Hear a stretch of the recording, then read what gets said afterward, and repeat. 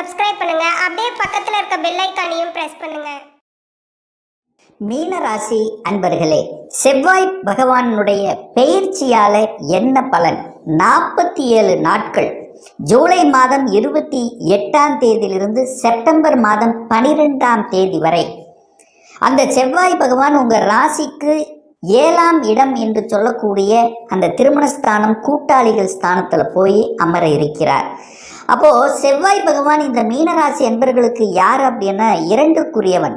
தனம், குடும்பம், வாக்குஸ்தானத்தின் அதிபதி அந்த செவ்வாய் பகவான்.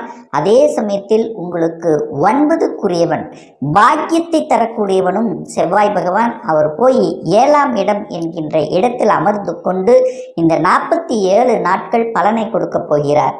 அப்போ கடந்த சில மாதங்களாகவே இந்த மீனராசி என்பர்களுக்கு இந்த செவ்வாய் பகவான் நீச்சத்தன்மையிலையும் கேதுவோட சேர்ந்து இருந்தார். அப்போ குடும்பாதிபதி போய் நீச்சமாக இருக்கும்போது சில குழப்பங்களையும் சில தொந்தரவுகளையும் சில பிரச்சனைகளையும் கொடுத்து கொண்டிருந்ததுன்னு சொல்லுவேன். ஏன்னா தனம் நன்றாக இல்லை, பணம் வந்தாலும் ஏதாவது ஒரு செலவு, ஏதோ ஒரு வகையில் பணம் தன்னுடைய கைக்கு நிற்கல அப்படிங்கிற அமைப்பு, குடும்பம் அமைக்க முடியல, குடும்பம் சார்ந்த விஷயத்திலும் சில தொந்தரவுகள் பிரச்சனைகள் இருந்தது, தன்னுடைய வாக்கு சார்ந்த விஷயத்திலும் பிரச்சனை, நிறைவேற்ற முடியல, இப்படிங்கிற மாதிரி பல பிரச்சனைகளை கொடுத்து கொண்டிருந்த இந்த மீனத்துக்கு பார்த்தீங்கன்னா இப்போ 7ஆம் இடத்தில் போய் அமர்ந்திருக்கிறார். அப்போ கணவன் அல்லது மனைவியை குறிக்கக்கூடிய அந்த 7ஆம் இடத்துல போய் குடும்பாதிபதி இருக்கின்ற காரணத்தால கணவன் அல்லது மனைவிக்கு வருமானம் கிடைக்க போகுது அப்படின்னு அர்த்தம். அப்போ தனாதிபதி கணவன் ஸ்தானம் அல்லது மனைவி ஸ்தானத்தில் இருக்கும்போது கணவன் மனைவிக்கு ஒரு நல்ல வேலை கிடைக்கல, சம்பாதிக்க முடியல, ஒரு வேலையில் ஒரு பிரச்சனையாக இருந்தது, வேலையை விட்டு வெளியில் வந்துட்டேன், எப்போ வேலை கிடைக்கும், இந்த மாதிரி எல்லாம் கேள்வியில் இருக்கக்கூடிய மீனத்துக்கு பார்த்தீங்கன்னா இந்த 47 நாட்களில் உங்களுக்கு ஒரு நல்ல வேலை கிடைத்து விடும் என்பதில் எந்தவித மாற்று கருத்தும் கிடையாது. அதே சமயம் அந்த 7ஆம் இடத்தில் இருக்கக்கூடிய செவ்வாய் பகவான் உங்க ராசியை பார்த்துட்டே இருக்கார், உங்க ராசி லக்னத்தை பார்த்துட்டே இருக்கு. அப்போ உங்களுக்கு பணம் வரப்போகுது, ஒரு பாக்கியம் வரப்போகுதுன்னு அர்த்தம். ஆனால் அங்கே இருக்கிறது உங்கள் ராசியிலேயே சனி பகவான் உட்கார்ந்துருக்கார், விரையாதிபதி உட்கார்ந்துருக்கு. சனி செவ்வாய்க்கு ஆகாது, எரிச்சல் ஊட்டக்கூடிய தன்மையை கொடுக்கும். சில நேரங்களில் பார்த்தீங்கன்னா இந்த மீனராசி என்பவர்களுக்கு இந்த 47 நாட்கள் பார்த்தீங்கன்னா கொஞ்சம் கோபம், ஆக்ரோஷம் என்பது மிகுதியாக இருக்கும். ஏன்னா செவ்வாயின் சனி நேர பார்த்துட்டு இருக்கு. அப்போ கோபம் வரும். அதாவது ஏதாவது உங்களை எதையாவது டெம்ப்ட் பண்ணாங்கன்னா அவ்வளோதான், சீறி விடுவீர்கள். அப்போ கோபம், ஆக்ரோஷம் என்பது அதிகமாக இருக்கும். அப்போ டிசிஷன் மேக்கில் கொஞ்சம் கரெக்டாக இருக்கணுங்கிறத ஞாபகத்தில் வச்சுக்கோங்க.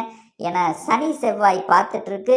உங்களுக்கு 7.5 சனியில் ஜென்ம சனி வேற போயிட்டு இருக்கிறதுனால மனம்தான் ஏதாவது ஒரு குழப்பமாக இருக்கும், மனம் சங்கடம் அடையக்கூடிய சில விஷயங்களை உருவாக்கிவிடும். அதனால கோபம், ஆக்ரோஷம் டோட்டலாக இந்த மீனராசி என்பவர்கள் வேண்டவே வேண்டாம். ஏன்னா சின்ன விஷயமாக இருந்தாலும் அதை பெருசுப்படுத்தி விட்டுரும். என்னைக்கோ நடந்த விஷயம் இப்போ முன்னாடி கொண்டு வந்து உங்கள் மேல் நிற்க வச்சு அதில் ஏதாவது கேள்வி கேட்டு உங்களை டெம்ப்ட் ஆக்கக்கூடிய அமைப்புகளை உருவாக்கிறோம். அப்போ வேலையாக இருந்தாலும் சரி, குடும்பமாக இருந்தாலும் சரி, உறவுகளாக இருந்தாலும் சரி, நண்பராக இருந்தாலும் சரி, காதலில் இருப்பவராலும் சரி, ஸோ யாராக இருந்தாலும் சரி, இந்த மீனராசி என்பவர்கள் கோபம், ஆக்ரோஷத்தை விட்டுவிட வேண்டும் அப்படிங்கிறத ஆழமாக மனதில் பதிய வைத்துக் கொள்ளுங்கள். பொருளாதாரத்தில் உயர்வு உண்டான்னா நிச்சயமா உண்டு, அதில் எந்த மாற்று கருத்தும் இல்லை. 2ஆம் அதிபதி 7ஆம் இடத்தில் அமர்ந்து கொண்டு உங்கள் ராசியை பார்க்கும்போது பணம் உங்களுக்கு வந்து கொண்டிருக்கும். ஆனால் பணம் கையாளுகின்ற விஷயத்தில் கவனமாக இருக்கணும். என விரையாதிபதி இருக்கிறதுனால செலவாகும், செலவு செய்யக்கூடிய சந்தர்ப்பங்களை ஒரு சிலருக்கு ஏற்படுத்திவிடும். கணக்கு வழக்கு சம்பந்தப்பட்ட விஷயத்தில் கரெக்டாக இருக்கணும். ஏன்னா சனி செவ்வாய் எங்கே கனெக்ட் ஆகுதோ அந்த பாவங்களுக்கு சில தொந்தரவுகள், பிரச்சனைகள் வரத்தான் செய்யும். உங்களுக்கு பிடிவாத குணமும் அதிகமாக இருக்கும் இந்த காலகட்டத்தில். ஸோ அதை மட்டும் சரியாக அமைத்து கொள்வது சிறப்பு. பாக்யாதிபதி தனக்கு 11ஆம் இடத்தில் அமர்வது சில பாக்கியங்கள், நன்மைகள் கிடைக்கக்கூடிய அமைப்புங்கிறது நிச்சயமாக உருவாக்கும். ஸோ பாக்கியம் சார்ந்த விஷயத்தில் நன்மைகள், மாற்றங்கள் சார்ந்த விஷயத்தில் நன்மைகள், குரு 10ஆம் இடத்தை பார்க்குது. அப்போ ஏதோ ஒரு வகையில் மாற்றம், வேலை மாற்றம், ஊர் மாற்றம், உத்தியோக மாற்றம், இந்த மாற்றங்கள் எல்லாம் உங்களுக்கு அமைய பெறும். அதில் எந்த மாற்று கருத்து இல்லை. ஆனால் வேலையை மட்டும் ஆக்ரோஷப்பட்டு அவசரப்பட்டு வேலை விட்டுறக்கூடாது. அப்படியும் மாறணும் அப்படின்னா இன்னொரு வேலையை அமைச்சுக்கிட்டு தான் மாறணுங்கிறத கெட்டியாக பிடித்து கொள்ளுங்கள். வருகின்ற இனி 2 வருடங்களுக்குமே வேலையை மட்டும் கோவப்பட்டு விட்டுறாதீங்க, ஆக்ரோஷப்பட்டு விட்டுறாதீங்க. எங்கே போனாலும் உங்களுக்கு ஒரு சாட்டிஸ்ஃபேக்ஷன் இருக்காது. இந்த வேலையில் ஒரு சாட்டிஸ்ஃபேக்ஷன் இல்லை அப்படின்ட்டு மூவ் பண்ணி அடுத்த வேலைக்கு போனாலும் அங்கேயும் ஏதோ ஒரு குறை இருக்கும். அப்போ என்ன நான் சொல்ல வரேன் அப்படின்னா, மனம் சஞ்சலப்படும், மனம் சாட்டிஸ்ஃபேக்ஷன் இல்லாத தன்மையை உருவாக்கும். ஸோ இதை மட்டும் மைண்டில் வச்சுக்கிட்டா போதும். இந்த 47 நாட்கள் செவ்வாய் சனி நேருக்கு நேராக பார்த்து கொண்டு இருக்கிறதுனால கொஞ்சம் கோபமும் ஆக்ரோஷமும் பிடிவாத குணமும் இயல்பாக வரும். ஸோ இதை நீங்கள் தவிர்க்க வேண்டும் என்பதை மனதில் பதிய வைத்துக் கொள்ளுங்கள். இந்த காலகட்டத்தில் பார்த்தீங்கன்னா, இந்த செவ்வாய் பகவான் சூரியனுடைய நட்சத்திர சாரத்தில் பிரயாணம் பண்ணுறார். சூரியன் அப்படிங்கிறது உத்திர நட்சத்திரத்தில். அப்போது எப்போ இது இந்த இந்த காலகட்டம் என்னன்னா, ஜூலை மாதம் 28 ஆகஸ்ட் மாதம் 12ஆம் தேதி வரை சூரியனுடைய நட்சத்திரம். அப்போ சூரியனுங்கிறது அரசு சார்ந்த விஷயங்கள், அதிகாரம் சார்ந்த விஷயங்கள், அட்மினிஸ்ட்ரேஷன் சம்மந்தப்பட்ட விஷயங்கள் சிறப்பு தரும். அரசாங்க வேலைக்கு போகிறது, அரசாங்க வேலையில் இருக்கிறது, அங்கே இருக்கிறவங்களோட ஒரு அணுகுமுறைகள், ஒரு சிலருக்கு இடமாற்றம், ப்ரமோஷன், இந்த மாதிரி அரசு சம்பந்தப்பட்ட விஷயங்களில் ஒரு நன்மையை கொடுக்கக்கூடிய ஒரு காலகட்டமாக நிச்சயமாக அமையும். அதில் எந்த மாற்று கருத்தும் கிடையாது. அதற்கு அடுத்தது நீங்கள் பார்த்தீங்கன்னா, சந்திரனுடைய நட்சத்திரத்தில் செவ்வாய் பகவான் பிரவேசிக்கிறார். அதாவது அஸ்த நட்சத்திரம். இது எப்போ அப்படின்னா, ஆகஸ்ட் மாதம் 13 செப்டம்பர் மாதம் 2ஆம் தேதி வரை சந்திரன் மனோகாரகனுடைய நட்சத்திரத்தில் பிரயாணம் பண்ணுறார். அது 5ஆம் அதிபதியாக இருக்குது. ஸோ இந்த காலகட்டத்தில் ஒரு சிலருக்கு இந்த காதல் சார்ந்த விஷயங்கள் வயப்படும். காதலுக்குள்ளே போகிறது, அதுக்குள்ளே இருக்கிறது, அதுக்குள்ளே சில பிரச்சனைகளை அனுபவிக்கிறது. ஸோ இந்த மாதிரி காதல் சார்ந்த விஷயங்களுக்குள்ளே இழுத்து சென்று அதில் ஒரு மன கசப்புக்களை கொடுக்கக்கூடிய அமைப்பு இருக்குது. அப்போ சரியாக இருந்து கொள்வது சிறப்பு என்பதை ஞாபகத்தில் வைத்து கொள்ளுங்கள். அதே சமயத்தில் விளையாட்டு துறையிலையும் அப்போது கொஞ்சம் சாதனை புரியக்கூடிய அமைப்பு, கலைத்துறையில் நாட்டம் அதிகமாக இருக்கும்.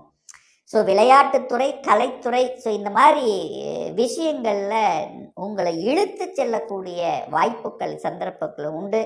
ஸோ அந்த காலகட்டத்தில் தாய் சார்ந்த விஷயத்திலையும் கவனமாக எடுத்துக்கொள்ளணும். தாயினுடைய ஹெல்த் சார்ந்த விஷயம், தாயை போய் பார்க்கறது, தாயை வருத்தப்படாமல் வைத்து கொள்வது, இது எல்லாமே உங்களுக்கு சிறப்பு என்பதையும் ஞாபகத்தில் வைத்துக் கொள்ளுங்கள். அதற்கு அடுத்தது பார்த்தீங்கன்னா, செப்டம்பர் மாதம் 3ஆம் தேதியிலிருந்து செப்டம்பர் மாதம் 12ஆம் தேதி வரை செவ்வாய் பகவான் தன்னுடைய சொந்த நட்சத்திரத்தில் பிரவேசிக்கிறார். ஸோ அப்போது செவ்வாய் சுயசார பலம் பெற்று இருக்கார். அப்போ 2க்குரியவன் ஆக்டிவேட் ஆக போகிறார். அப்போ தனம் கிடைக்கும், பொருளாதார மேம்பாடு உண்டாகும், குடும்பத்தில் ஒரு உறுப்பினரை இணைத்து கொள்ளக்கூடிய நிகழ்வுகள், சகோதர வகையில் ஒரு நல்லவைகள் நடக்கக்கூடிய, சகோதர சகோதரிகளுக்கு நல்லவைகள், திருமணம், வேலை, மற்ற விஷயங்களில் ஒரு இன்வால்மெண்ட், இதெல்லாம் கொடுக்கக்கூடிய சகோதர சார்ந்த விஷயத்தில் நற்பலன்களையும், பூமி சம்பந்தப்பட்ட, இடம் சம்பந்தப்பட்ட, நிலம் சம்பந்தப்பட்ட விஷயத்தில் நற்பலனை கொடுக்கக்கூடிய தன்மையும், இந்த இராணுவம் சீருடை அணிந்து பணியாற்றி கொள்ளக்கூடிய துறைகள், தொழில்கள், ஸோ இதில் எல்லாமே நல்லவைகள் நடக்கக்கூடிய தன்மை, ஒரு நல்ல பாக்கியம். 9க்குரிய சுயசார பலம் பெற்று இந்த 7ஆம் இடத்திலிருந்து ஆக்டிவேட் பண்ணும்போது ஒரு நல்ல பாக்கியம், ஒரு நினைக்க பார்க்காத ஒரு நல்ல விஷயம் நடக்கும்போது எவ்வளோ ஒரு சந்தோஷம் இருக்கும், அந்த மாதிரி ஒரு நல்ல சந்தோஷம், குழந்தை பாக்கியம் கிடைக்கக்கூடிய அமைப்புகள், குடும்பத்தில் ஒரு உறுப்பினரை இணைத்து கொள்ளக்கூடிய நிகழ்வுகள், சாத்தியக்கூறுகள், ஸோ இதெல்லாமே அந்த காலகட்டம் உங்களுக்கு சிறப்பு பெறும். ஒரு நல்ல பாக்கியம் கிடைக்கக்கூடிய, நினைத்து, அதாவது ஒரு கஷ்டம் அப்படி நினைச்சிட்டு இருக்கேன்னு பார்த்தீங்களா, அந்த கஷ்டத்துக்கு ஒரு விடை கொடுக்கக்கூடிய அமைப்பு அந்த காலகட்டம் உங்களுக்கு சிறப்பை ஏற்படுத்தும். ஒரு நல்ல பாக்கியம் கிடைக்கணும், ஒரு நல்ல தனவரவு, பொருளாதாரம், மேன்மை கிடைக்கணும் அப்படின்னா இந்த மீனராசி என்பவர்கள் வழிபடக்கூடிய தெய்வம் முருகப்பெருமான். அப்போ உங்கள் ஊருக்கு பக்கத்தில், உங்கள் வீட்டுக்கு பக்கத்தில் இருக்கக்கூடிய முருகப்பெருமானை செவ்வாய்க்கிழமை என்று சென்று வழிபடும்போது நிச்சயமாக உங்களுக்கு ஒரு பாக்கியத்தை தந்தே தீரும் என்பதில் எந்தவித மாற்று கருத்தும் கிடையாது. மேலும் தகவலுக்கு எங்கள் சேனலை மறக்காமல் சப்ஸ்கிரைப் பண்ணுங்கள். நன்றி.